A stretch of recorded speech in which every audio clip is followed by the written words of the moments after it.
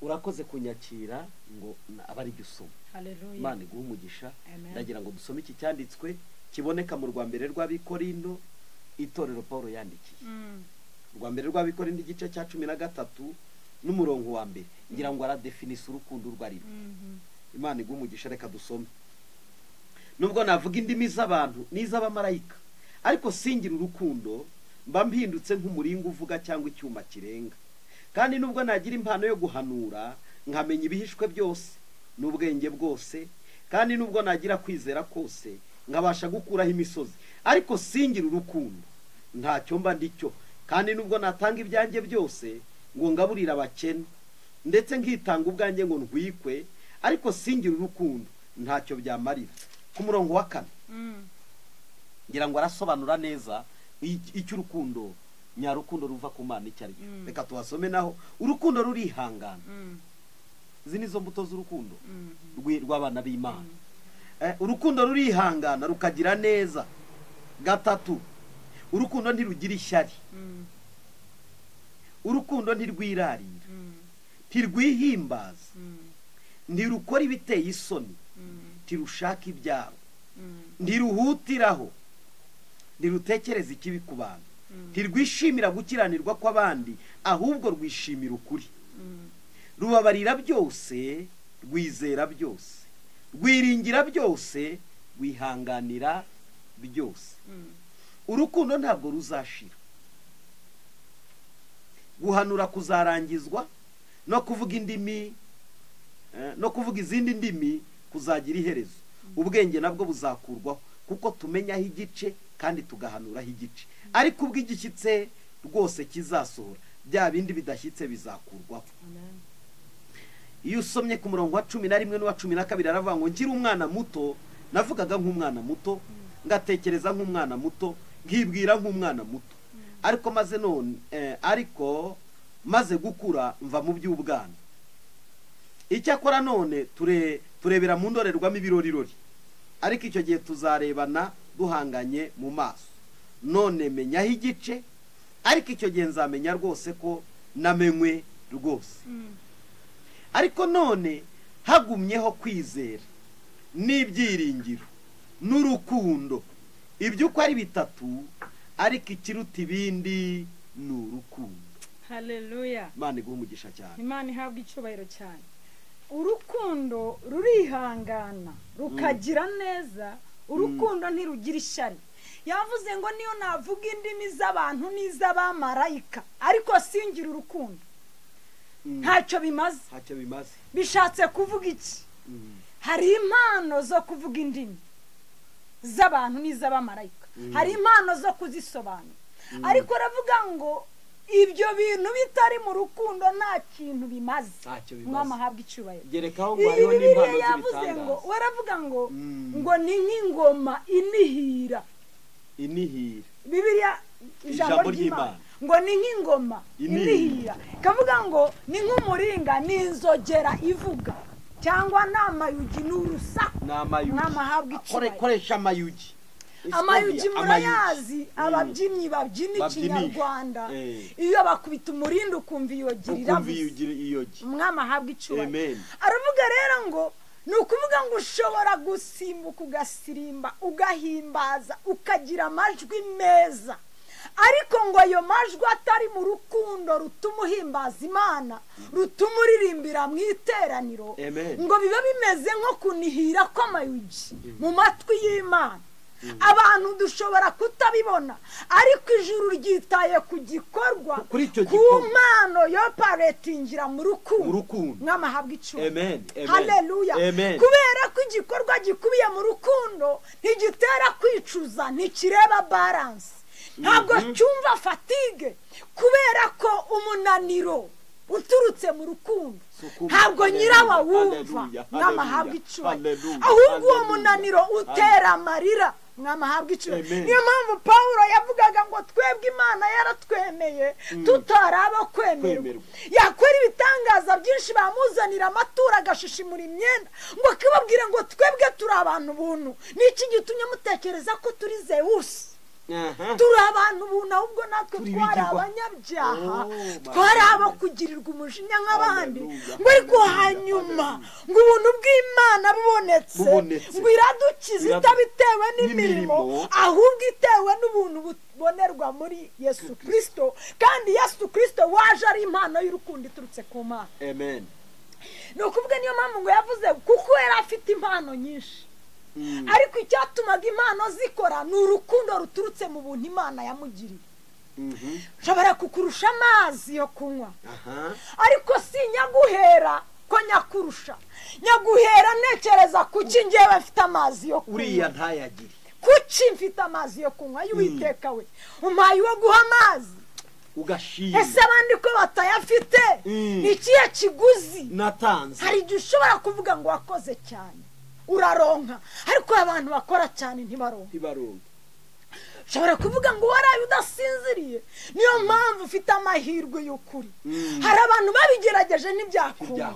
Urukundo rero rutekereza ibyo icyo kinyuranyo kiri hagati yawe n'abandi. Waririmba ukibaza impamvu muzira ngo natazi kuri ukumva ari ubuntu n'amahabwa icubahiro. Amen. Haleluya. Amina. Haleluya. Amen. Impano ziri mu rukundo Imana nizishaka ko dukoreramo. Ibitangaza bikorewe mu rukundo nibyo Imana ishaka ko byoparetinga. Uzakora ibitangaza bikorera abandi ariko ingororano z'ibyo wakoze yo kubishyikira mwamahabwa icubahiro. Haravuga ngo urukundo rurihangana. Turi mu gihe abantu bananiwe gukorera Imana kubera kutihangana.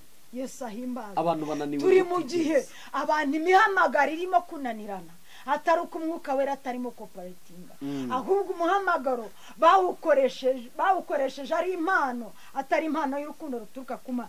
Hari ijambo nasomye hano muri Bibiliya yanjye iwawe ntibirimo ku murongo wa 7 ngo urukundo rwihanganira byose muri byose rukemera Imana. N'amahabwa rwihanganira byose ariko kandi muri byose rukemera Imana. Ukuvuga ngo nirwikubita ku gatuza ngo uvuge ngo njyewe kuko rwemera yuko ibirimo gukorwa byose ari Imana, ari ubuntu bw'Imana. Mwamahabwa icubahiro cyane. Arangije hari komeza wumve rukiringira kandi rukiyumanganya. Urukundo ruriyumanganya.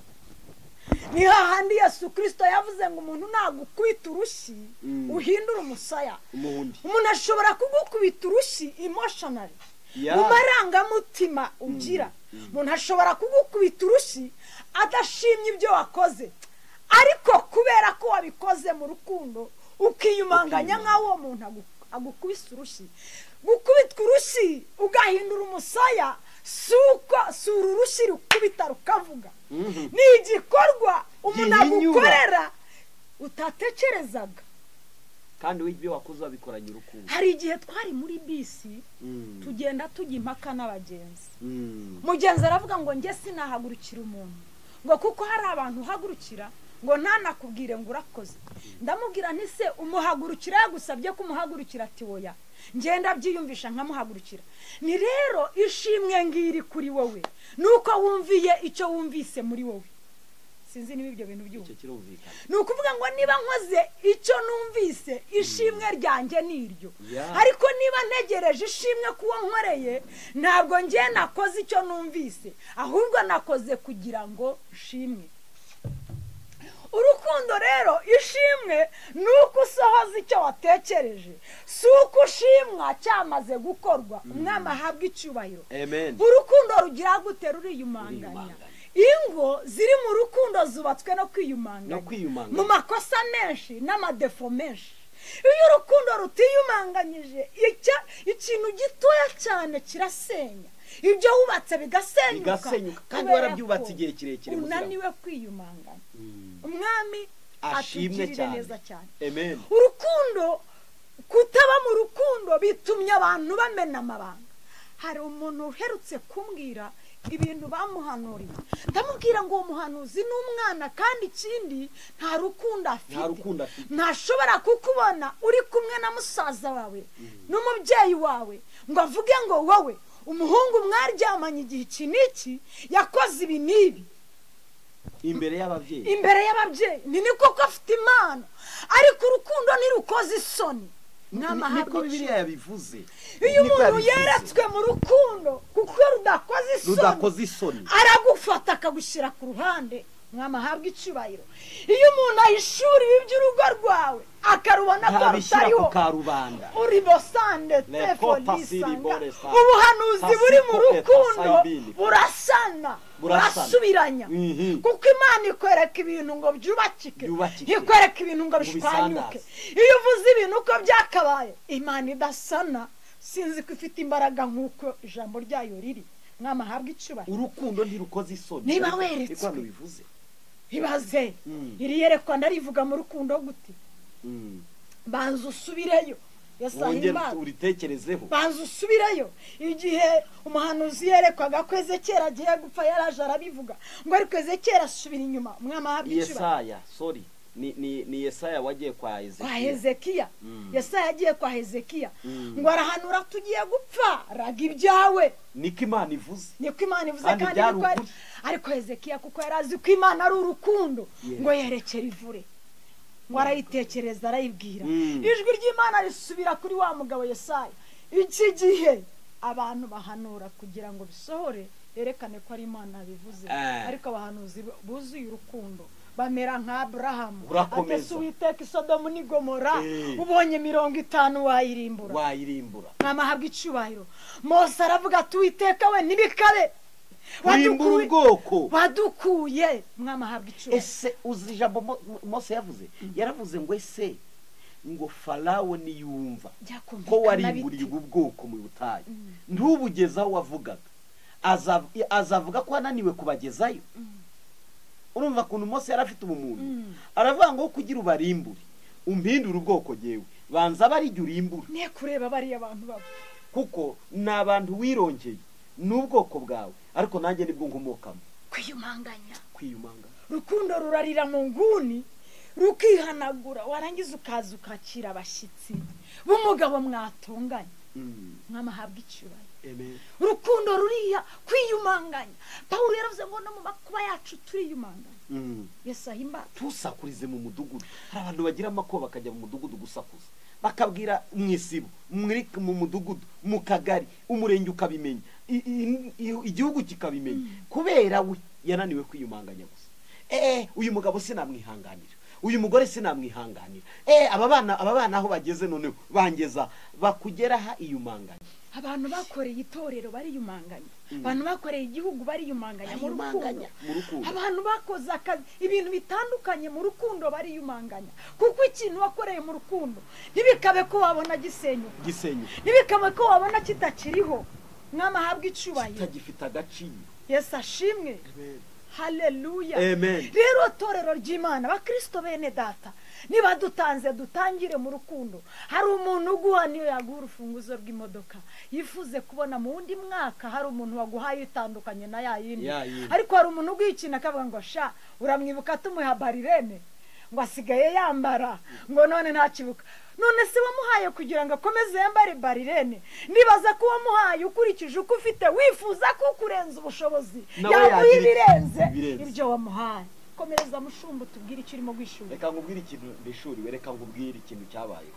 Umugabo umwe yarari mu rusengero arangije muri we yumva umwuka w'Imana aramubwiye ngo urabona iriya korali urabona ko nta byuma ifite iririmbiraho nubwo baririmba neza.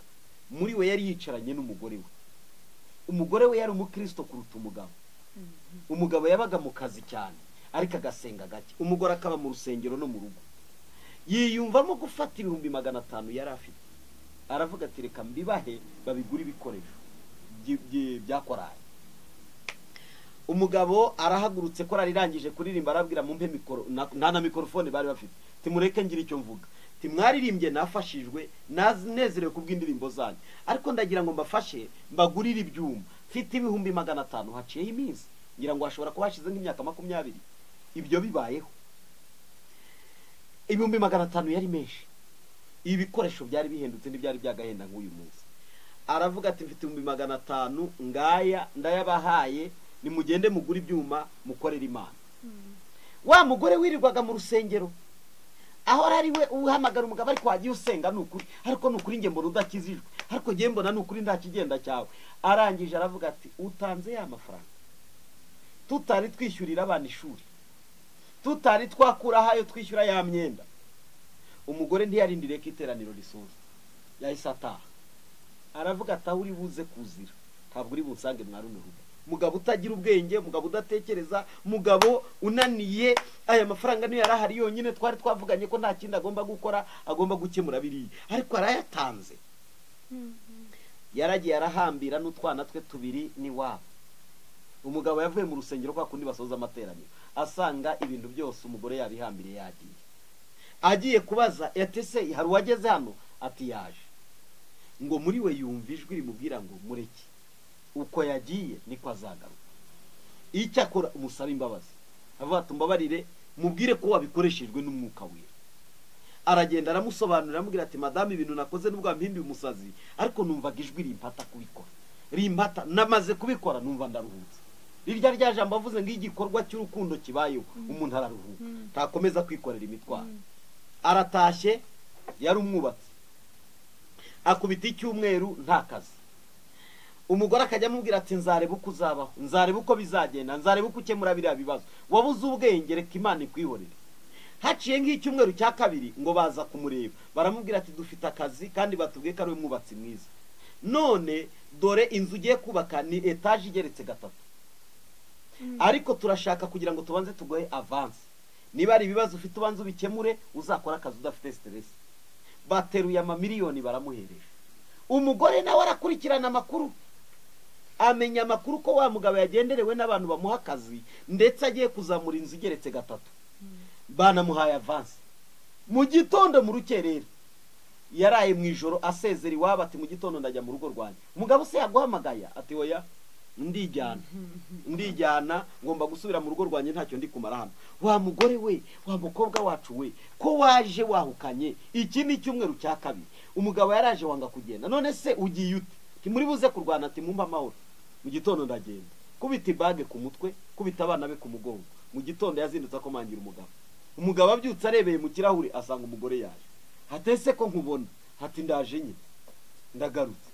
Bite se habaye iki? Ati ndabizi, ahubwo zana amafaranga bareba guhaye. Zana ya mafaranga, namenya amakuru ko abonye akazi, menya ko banagusigiye avance, zana amafaranga, ubwo nawe utajya kuyatanga.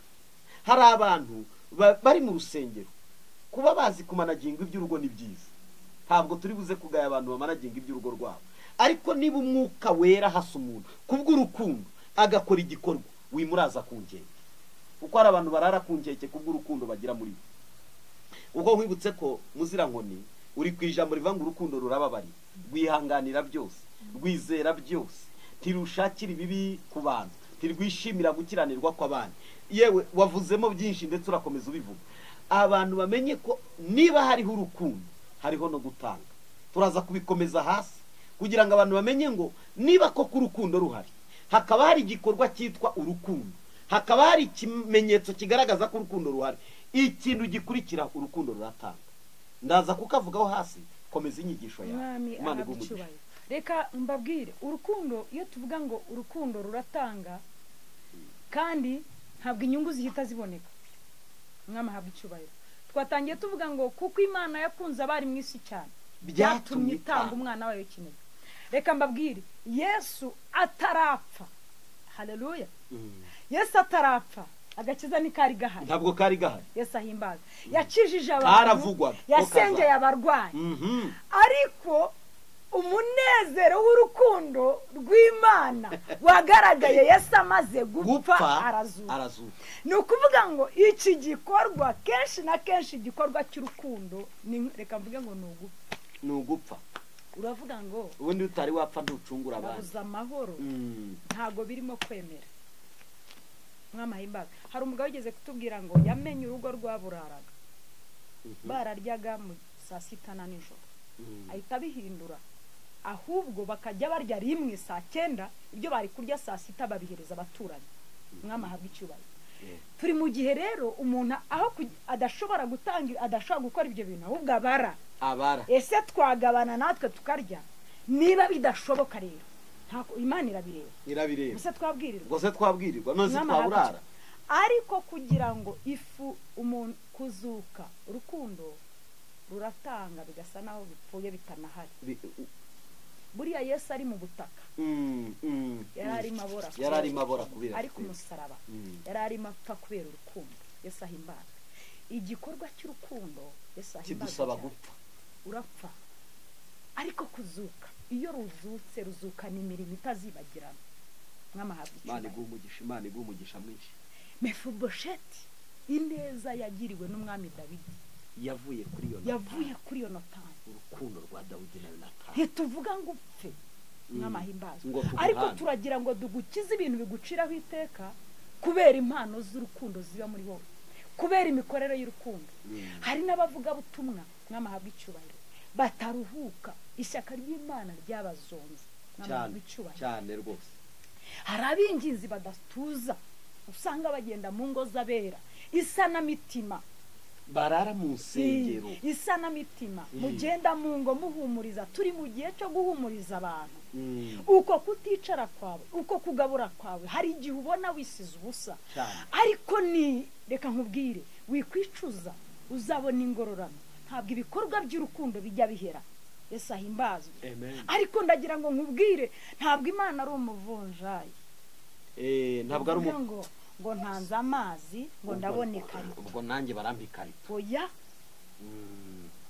mwamahabwa icyubahiro. umunezero w'ibyo ukoze urabanza ukagutunga, kandi hari icyuho cyaho wakuye. nuko nguko ubukristo bameze, niko urukundo. umunezero w'ibyo ukoze uragutunga, kandi icyuho cyaho wakuye gihari. noneho wa munezero w'ibyo wakoze niwe usiba icyuho mu gihe utarabona ibisimbura cyacyuho. ibi bintu birumvikana. aha ndagira ngo reka mbabwire, kambere ku rukundo. umugore bamukorera sezeriyene bataramudoda, kuko ntibagitera ikinya keretse ufite ikibazo, ntibagitera ikinya cya burundu. iyo bamaze kukubyaza umwana wawe bamushyira hano ku gituza. amen. kandi bakubaza abakirimo kubwirirana amaraso disi, ariko yabona umwana w'amarira ahita yibagirwa. muganga n'abanasi bakiri kudoda, bakiri mu maraso, ariko umwana akagira gute, akamuhoza. rero urukundo niko rumeze. ni ukuvuga ngo urukundo rukwibagiza umubabaro, ukwibagiza ibikomere. ushobora gukomeretswa n'umudamu wawe, ariko urukundo wamukunze rwo kumukwa n'iki rukakwibagiza ibikomere yaguteye, bwa bushizi bw'isoni bugatwikira cya kintu yakoze n'akagasuzuguro cyane, ukiyumanganya. mwamahabwa icyubahiro. rero wa mwana umudamu ashyize hano akiri muri sale d'operation agira gutya. Yesu ahimbaza. amen.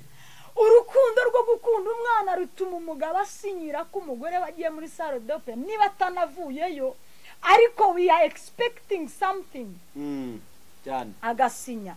torero ry'Imana, nimutekereze sinyatire y'urukundo rw'umusaraba. ibyo dukora byose mwamahabwa icyubahiro bituruke muri iyo sinya. ntiyatekereje ko guhana n'Imana ari ikintu cyo kugundirwa, ahubwo yisiga ubusa, yambara kamero k'imbata k'abagaragu, abakozi. urukundo rusiga icyuho, ariko nyuma y'icyuho umugisha w'Imana itanga ugasiba cya cyuho urukundo rwasize. mwamahabwa icyubahiro. mureke impano zacu, imirimo yacu yose yo paretingire mu rukundo. mushumba ngo usubije agatuti mbo turagasangiye. ndagira ngo mvuge iki kintu muzira nkonino. abakristo benshi batakaje imirimo bakoraga, bavuga ngo ibihe turimo abashumba baradutaye, abakristo ngo bamwe ntibagibasha guhura, bafite impamvu nyinshi. Niki wasubirisha abantu uyu munsi? ndibaza aho urukundo ruri, ntabwo umuntu yinuba ngo ariko ngo ngende njyenyine. umuntu umwe, Bibiliya igikunda gukoresha iryo jambo, kubw'umuntu umwe Imana yakiza igihugu. niba umuntu umwe yakiza igihugu, agasigane ko gukorera Imana kavaye, agasigane ko kuziba icyuho umwanzi aciye muri iki gihe kavaye. ariko ikibitera cyose ni urukundo rw'Imana rugenda ruva muri iyo urukundo rw'Imana rwakuvuyemo usa naho ureba ku bandi, usa naho ukorera abandi, usa naho utakireba ko ari Imana ukorera. Ibyo ukora byose usa naho uri kuburana, ngo ariko se ngo runaka, ngo ariko se runaka, ngo none se ngo kuki ndi jyenyine. Ntabwo umuntu ari wenyine ari kumwe n'Imana. Jyewe jyenyine nshobora kugarura ibihumbi byinshi byatakaje urukundo rw'Imana, nshobora kugarura ibihumbi byinshi byavuye mu buntu bw'Imana niba mpagaze mu rukundo rw'Imana. Sinzi icyo abantu batekereza, ariko hari ikintu nibaza muzirabona. Twenda tunerekeza ku musozi. Uyu munsi ikimenyetso kigaragaza ko dukunda burya ni ugutanga. Reka mvuge iri jambo badukurikiranye babyumva. Ikimenyetso cy'ukungana cyangwa se urukundo rwawe n'Imana, cyangwa se n'urukundo ufite uko rungana muri wowe, rungana nuko utanga. Gutanga umwanya ukaba mu by'Imana, gutanga umwanya ukaba mu busabane bwawe n'ibikorwa by'Imana cyangwa se n'abantu b'Imana. Kuko umwanya ufata urerekana. Kuko tugira umwanya wo gukurikirana social media, tugira umwanya wo gukurikirana ibica ku ma WhatsApp n'ahandi no kuri Facebook, tugira umwanya wo gutinda muri telefone, tugira ibyo dukurikirana. Si bibi iyo ukurikirana ibyiza, ariko umuntu ugasanga yaburiye umwanya Imana wo gusenga, wo kwegera Imana, wo kuganira n'Imana, wo kuba mu mwanya w'Imana. Kugeza n'ubwo uyu munsi abantu baba mu rusengero ugasanga amasaha ariko buriya iyi minota 30 yose uriya aracyavuga ibiki yarekeye. Ikibazo ni si kindi, nta rukundo rw'Imana rukiturimo, ahubwo dufite ibindi dukunze, ari byo dushaka kujya gusabana nabyo, ari byo twifuza gutindana nabyo. Ni ukuvuga ngo niyo umuntu adatindanye n'Imana agira ibindi atindana nabyo. Singiye kuvuga ku gutindana n'Imana, ndavuga umwanya umuntu afata agaha Imana kubw'urukundo ayikunda. Icya kabiri, ibikorwa akora bigaragaza ko akunda Imana. Harimo amaturo yitwa ngo n'umutima ukunze. Reka ngubwire ikintu gitangaje muziramo. Imana yarantangaje ngo na amaturo y'umutima ukunze. Uzariye amaturo ubundi umuntu yagateruye inza akayitangamo, kuko umutima ukunze Imana se wayihiki n'igipimo kiwatanga. Simvuze ngo abantu batanga amazu, nyumve neza. Kanguce mu ijambo. Kera inka zikibaho, umuntu yaguhaga inka, wajya gukura ubwatsi ugatanga igiciro kirenze inka yaguhaye. Sinzi n'ibintu byumva, kuko iyo wajyaga gukura ubwatsi wajyanaga abantu, ukajyana fanta, urimo kubyumva? Ndabyumva cyane. Ukajyana amafaranga ugakura ubwatsi. None ugasanga abantu baje n'ukuntu babakiriye mu gukura ubwatsi birangana n'iki n'agaciro k'inka baguhaye, kandi uzamwitura umwami ahabwa icyubahiro. Rero iyo bavuga ngo ituro, buriya abantu ntibanabizi, ituro riruta icyacumu bwinshi, riruta icyacumu bwinshi ubundi, kuko ituro ritanga rijyanye n'ineza wagiriye, ariko icyacumi ugitanga ubikurikije inyungu z'ibyo wabonye. Ushobora kuba wungutse 1000, ariko ineza wayinganya iki? Umwami ahabwa icyubahiro. Hari umuntu umwe yararebye aravuga ngo Mana, nshingiye uko ngukunda, nkareba uburyo ngukunda, ati jyewe nguhaye umutima. Mu by'ukuri nibyo, uwo mutima uhaye Imana ni wemera kuyoborwa n'Imana, ni byiza, ariko burya nta muntu utura umutima. aho ubutunzi bwawe buri niho umutima wawe. Icyo utashoyemo ubutunzi ntabwo wakibuka. Imana si umutima n'uw'Imana, n'uw'Imana. Urimo kubyumva? Ahubwo muri wa mutima wawe harimo iki? Ngutura Imana. Hari undi wa kabiri wabikoze neza. Ndibuka ufite nyogokuru uvukana na nyogokuru byara mama, urumva nawe ni nyogokuru. Yafasha agasozi agaha urusengero. Ako gasozi gashobora kuba gafite nibuze hegitari zishobora kuba zirenga mu 10. Arabwira ati jyewe ndi umukatolike, mwebwe muri abaseduwasi. Abadeperi babitaga abaseduwasi kera. Noneho mwabaseduwasi mwe, ishingiye ku ngoma mukubita mukazikubitira munsi y'ibiti, ishingiye amajoro mubyuka tukumva murakubita ingoma. Ngewe ndabaha agasozi mukubakeho urusengero, mujye musengeramo muve munsi y'ibiti. Uwo yari umukatolike, ntabwo ari umwadeperi. N'uyu munsi yarapfuye, ariko yabasigiye agasozi kanini kakubakwaho amashuri, kubatsweho urusengero, kakubakwaho buri kimwe cyose, agatanga nta kiguzi. Hanyuma arangije arabwira ngo mfite n'ishyamba, nimukenera ibiti byo kubaka muzaze mutemere iriya shyamba, hanyuma mubonaho musengera. Uwo muntu nk'umuntu ubundi nicyo kikwereka umutima ukunze Imana. icya mbere ntabikoreye abo basengana kuko wasengera muri katolika, ahubwo kubw'uko baririmba iyo mana arumva ashaka ko bajya bayiririmbira bafite aho bari, arabikora. Uwo mukecuru yitabye Imana